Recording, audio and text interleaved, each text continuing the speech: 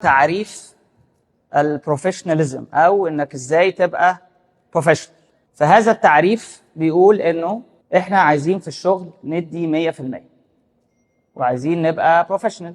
فعشان نبقى بروفيشنال محتاجين نصحى الصبح، نلبس، نشوف كل المشاكل اللي عندنا في البيت بقى، مراتي، اختي، ولادي، اي حاجه، واروح الشغل، هاخد عربيتي بالباص، بوسيله مواصلات مهما كانت، واول لما اوصل على باب الشغل محتاج انسى كل حاجه، انسى كل مشاكلي، واخش المكتب بتاعي وادي وظايفي بالشكل الكامل. وكل ما الانسان بيقدر او ينجح ان هو يفصل ما بين حياته الشخصيه وشغله، هو بيبقى شخص بروفيشنال.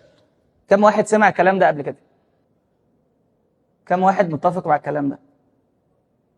عايز اقول لكم ان كل ما الانسان عمل اللي انا قلت عليه ده مش هيبقى بروفيشنال اكتر، هيبقى عنده شيزوفرينيا اكتر، هيجي له مرض نفسي يعني. لانه الرأسمالية علمت الناس ان انت قيمتك في الانتاج اللي انت بتطلعه، وبناء عليه حضرتك بقيت مكنة مش انسان.